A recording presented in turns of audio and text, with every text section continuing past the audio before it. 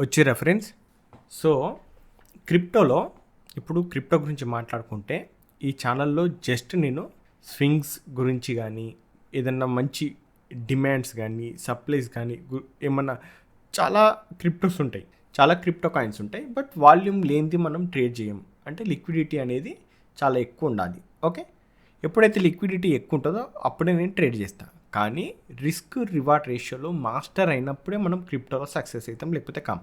ఇది ఎట్లుంటాయి అంటే మనకు ఈక్విటీ చూసుకుంటే స్లోగా ఉంటుంది చాలా మన ఇండియన్ మార్కెట్లో. అదే మనము ఇంటర్డే చూసుకుంటే కొంచెం స్పీడ్గా ఉంటుంది అదే ఈక్విటీ. అదే మనం ఫ్యూచర్ అండ్ ఆప్షన్స్ పోతే ఫ్యూచర్ స్పీడ్గా ఉంటుంది. ఇంకా ఫ్యూచర్స్తో కంపేర్ చేస్తే ఆప్షన్ ఇంకా వోలటైల్గా స్పీడ్గా ఉంటుంది అనమాట. స్పీడ్ అంటే వోలటాలిటీ అంటున్నా. ఓకే, ఆప్షన్ బయింగ్ ఎట్లుంటుందో తెలుసుగా, ఎగురితే సడన్గా ఎగురుతుంది, ఫాల్ అయితే సడన్గా ఫాల్ అవుతుంది.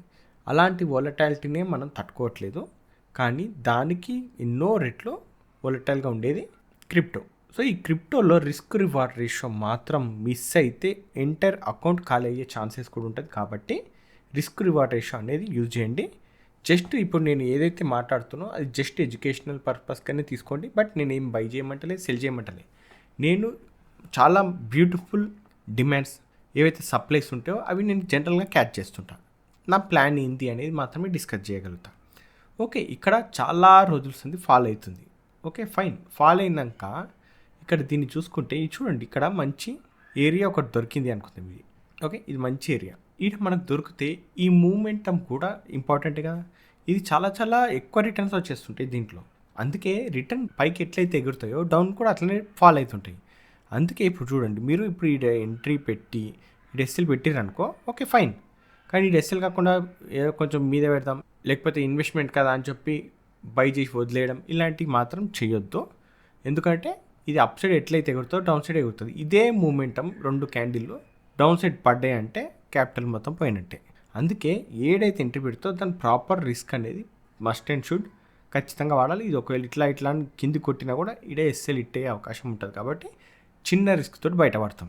ఓకే, సో ఇవి మధ్య మధ్యలో ఎగిరి కూడా మళ్ళీ డౌన్కి వచ్చింది. ఇక్కడ కూడా ఇప్పుడు చిన్న మూవ్ అయితే వచ్చింది. ఎప్పుడైతే ఫాల్ అవుతుందో ఆ ఫాలింగ్లోనే నేను జనరల్గా ప్లాన్ చేస్తుంటా.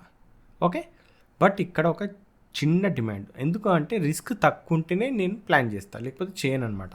ఇప్పుడు నాకు ఇదంతా ఈడనే ఇన్వెస్ట్ చేసేసి దీని కింద ఎస్ఎల్ పెట్టాలంటే నా వల్ల కాదు, అది నేను ట్రేడ్ చేయను. అట్లా నేను పెట్టిన ఇంటి దగ్గర రావాలి తప్ప నేను ప్రైస్ వెనక పడి ఓన్ అనమాట.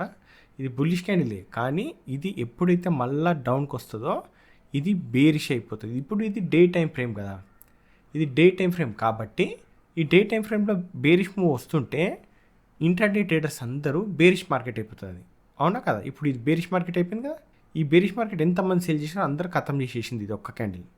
ఓకే, సేమ్ ఇది బేరిష్ మార్కెట్ అనుకొని కింద సెల్ చేస్తుంటారో ఈడ ట్రిగ్గర్ అయినాక నేను బై చేస్తాను. ఎందుకు అంటే ఇది నార్మల్ డిమాండ్ అయితే కాదు, చాలా పవర్ఫుల్ డిమాండ్, చాలా బ్యూటిఫుల్ ఉంది. ఓకే, దీనికి మళ్ళీ ఎస్ఎల్ హిట్ అవ్వాలంటే నో డౌట్ ఎక్కడైనా సరే మనం గేమ్ ఎట్లుంటుంది, పైకి ఎగిరే ఛాన్స్ ఎట్లుంటుందో డౌన్కి పోయే ఛాన్స్ కూడా అట్లనే ఉంటుందనే గేమ్ ఆడాలి. సో ఇలాంటి డిమాండ్స్ ఏవైతే ఉంటాయో ఆ డిమాండ్స్ దగ్గర ఎంట్రీ ప్లాన్ చేసినాక ఎస్ఎల్ కూడా ప్రాపర్ వేలో పెట్టుకోవాలి. ఎస్ఎల్ లేకుండా ఎలాంటి ప్లాన్ చేయొద్దు. సో ఒకవేళ ఇది ఎందుకు ఇక్కడ మనం చాలా హైలీ కన్ఫర్మేషన్ లేకుండా మనం ఎందుకు బై చేస్తామంటే హైలీ కన్ఫర్మేషన్ అంటూ ఏముండవు మార్కెట్లో మంచి ఏరియాస్ అనేది ఉంటుంది, డిమాండ్ ఏరియాస్ కానీ సప్లై ఏరియాస్ కానీ. ఆ ఏరియాలో రిస్క్ తీసుకోవడం ఇంపార్టెంట్. ఓకే, ఈడ మనం ఇప్పుడు ప్లాన్ చేసినాం అనుకుందాం. ఈడ ఎందుకు చేయాలి ప్లాన్ అనేది, ఈడ రిస్క్ లేదా అంటే రిస్క్ ఉంది, మరి ఈడ పెట్టే 10 రూపాయలు ఎందుకు పెట్టాలి అని మనకు క్వశ్చన్ రావచ్చు. ఇక్కడ కొన్ని హై ప్రాబబిలిటీ డిమాండ్స్ ఉంటాయి. ఆ డిమాండ్స్కి రిస్క్ చేయడం వేరు, ఏడ పడితే అక్కడ రిస్క్ చేయడం వేరు. అంటే ఈ 10 రూపాయలని మనం దేనికన్నా పనికొచ్చే దానికి యూజ్ చేయడం వేరు, అదే 10 రూపాయలని గాలికి ఖర్చు పెట్టుకోవడం వేరు. సో ఇది బెస్ట్ ప్లాన్. అంటే ఇది ఫెయిల్ అవుతుందా, ఫెయిల్ అయితే అదే 10 రూపాయలు ఇస్తాం, కానీ ఎగురితే మాత్రం చాలా బ్యూటిఫుల్ రిటర్న్ అనేది ఉంటుంది అనమాట జనరల్గానే. అంటే ఇదే అంటే నేను ఇలాంటి ఏవైనా సరే మంచి డిమాండ్లు వెతుక్కుంటే అని చెప్తున్నా. సో జస్ట్ దీన్ని అబ్జర్వ్ చేయండి, లేదంటే పేపర్ ట్రేడ్ కూడా చేయొచ్చు, మీరు పేపర్ ట్రేడ్లు కూడా చేయండి, లేకపోతే జస్ట్ చార్ట్ని చూడండి చాలు. ఎందుకు పనిచేసింది ఏం లేదు, ఎట్లా ఎన్నిసార్లు ఎగిరింది పైకి పోలేదు, ఇడికెళ్ళి ఎందుకు పోతుంది అని కూడా డౌట్ రావచ్చు మనకు. ఓకే, ఏం లేదు, సింపుల్ కాన్సెప్ట్. ఒక లో క్రియేట్ చేసినాక బౌన్స్ అయితే ఈడ పెద్ద క్వాంటిటీ ఉందనేది అర్థమైపోతుంది. బిగ్ ప్లేయర్ ఎవరైతే ఉంటారో వాళ్ళు మాత్రమే, అంటే బిగ్ ప్లేయర్ అంటే ఈడనే ఉంటారు, ప్రతి దాంట్లో ఉంటారు బిగ్ ప్లేయర్. బిగ్ ప్లేయర్ అంటే ఎక్కువ ఫండ్ పెట్టేటోళ్ళు ఎవరైనా సరే బిగ్ ప్లేయర్ అంటాం. ఓకే, అది జస్ట్ ఒక వర్డ్ అంతే. ఇంకా బిగ్ ప్లేయర్ అంటే ఇంకా పెద్ద పెద్ద ప్లేయర్లు కూర్చుంటారని కాదు, ఫండ్ ఎక్కువ పెట్టి బై చేయడమే, అంతకుమించి ఏముండదు. సో ఇది మళ్ళా ఎట్లయితే పైకి పోయిందో అట్లా ఈ మూమెంటంని చూసి ఈడ బై చేసేటోళ్ళు చాలామంది ఉంటారు. వీళ్ళందరూ లాస్ట్లోకి వచ్చినాక వాళ్ళు ఎగ్జిట్ అవుతారు, ఈడ మనం బై చేస్తుంటాం. ఇది ఒక రిస్క్ రివార్డ్ రేషియో గేమే. దీంట్లో రిస్క్ ఎంత అయితే ఉంటుందో దానికి తగ్గట్టు రివార్డ్ ప్లాన్ చేసుకోవడం బెటర్. సో ఇది ఓకే, ఇది కొంచెం కిందకి పెడతా. ఓకే, ఇది కొంచెం కిందికి పెట్టినా, ఎందుకంటే ఇది నేను ఈ రేంజ్ మాత్రమే రిస్క్ తీసుకుంటా, జనరల్గా ఎక్కువ తీసుకోను. ఇది జనరల్గా ఇట్లా పెట్టేసి ఇది ఎగ్జాంపుల్ ఇది పెట్టుకుందాం.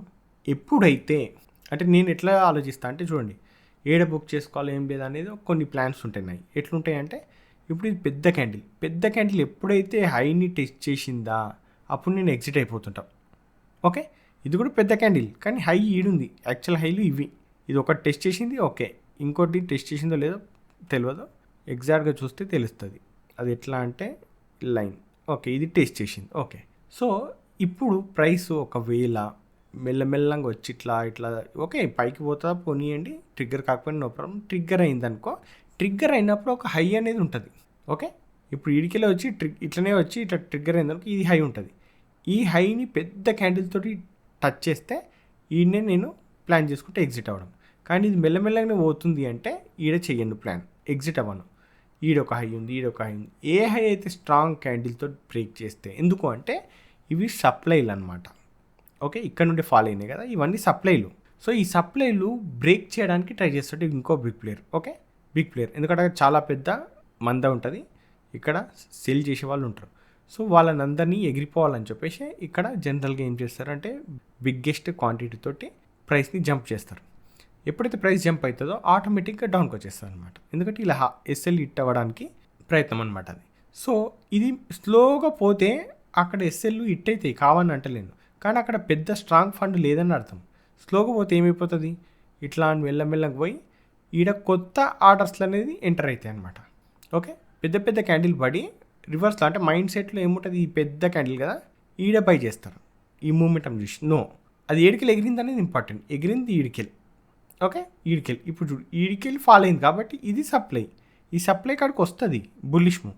సో జనరల్గా సప్లై డిమాండ్లు ఇంతే కదా, ఎక్కడి నుండి ఫాలో అయిందో అక్కడికే బుల్లిష్ మూవ్ రావాలి జనరల్గా అయితే, మళ్ళీ ఎక్కడికెళ్ళి ఎగిరిందో అక్కడికే బేరిష్ మూవ్ రావాలి జనరల్గా అయితే. సో ఇది సప్లై డిమాండ్ గేమ్ కాబట్టి దీన్ని అర్థం చేసుకోవడానికి ట్రై చేయండి. క్రిప్టోలో చాలా రోజులు లేదు వీడియో చేయక, ఇప్పుడు చేస్తే నేను కొంచెం టైం దొరకక నేను చేయట్లేదు, అందుకే నేను ముందే చెప్పిన రెగ్యులర్గా వీడియోలు చేయకపోవచ్చు, బట్ కొంచెం టైం తీసుకున్న తర్వాత మెల్లమెల్లగా క్రిప్టో మీద నేను ఇంకెక్కువ షిఫ్ట్ అవ్వాలి. క్రిప్టో మీద ఇంకా కాలేదు, జస్ట్ టెస్టింగ్లోనే ఉన్నా. చేస్తాను నేను క్రిప్టోలు ఇప్పుడు మొదటి నుంచి చేస్తున్నా, బట్ పార్ట్ టైం లానే చేస్తున్నా దాంట్లో. ఓకే, ఫుల్ టైంగా అయితే ఎప్పుడు చేయలేదు. సో దీంట్లో చెయ్యాలా లేదా అనేది తెలియాలి నాకు కూడా. సో తెలియాలంటే ఫస్ట్ మీకు కూడా తెలియాలి ఏమని, ఓకే క్రిప్టోలు ఎట్లా పనిచేస్తే ఏం లేదని మీకు కొంచెం క్లారిటీ ఇస్తారు. యాక్చువల్గా రియల్గా ఒక స్ట్రాటజీ తయారు చేసుకొని అది ఏడవాడితే ఆట పనిచేస్తుంది అనేది ఈ కాలంలో నడవయి. కానీ అవన్నీ ప్రైస్ అనేది ఒక్కొక్క దానికి ఒకలా ఉంటుంది. మీరు గమనించండి, ఇండెక్స్ ఒకలా ఉంటుంది, ఫ్యూచర్ ఒకలాగా ఉంటుంది, బాగా అబ్జర్వ్ చేయండి మీకు అర్థమవుతుంది. ఈక్విటీ ఒకలా ఉంటుంది, అంటే దాంట్లో ప్రైస్ యాక్షన్ టెక్నికల్గా చెక్ చేయండి అని. ప్రీమియమ్స్ ఒకలా ఉంటుంది, క్రిప్టో ఒకలా ఉంటుంది, ఫారెక్స్ ఒకలా ఉంటుంది. ఇవన్నీ ఒకసారి ఏవేవి ఎట్లుంటే ఏం లేదని చెక్ చేయండి. నేను ఆల్రెడీ ఎన్నో చార్ట్లు చూస్తుంటాను, నేను ఇవన్నిటిని చూసినా మళ్ళీ కూడా మీరు చెక్ చేయండి, మీకు ఒక క్లారిటీ వస్తుంది. బట్ క్రిప్టోలో మాత్రం కంప్లీట్ డిఫరెంట్గా వర్క్ చేయాలి.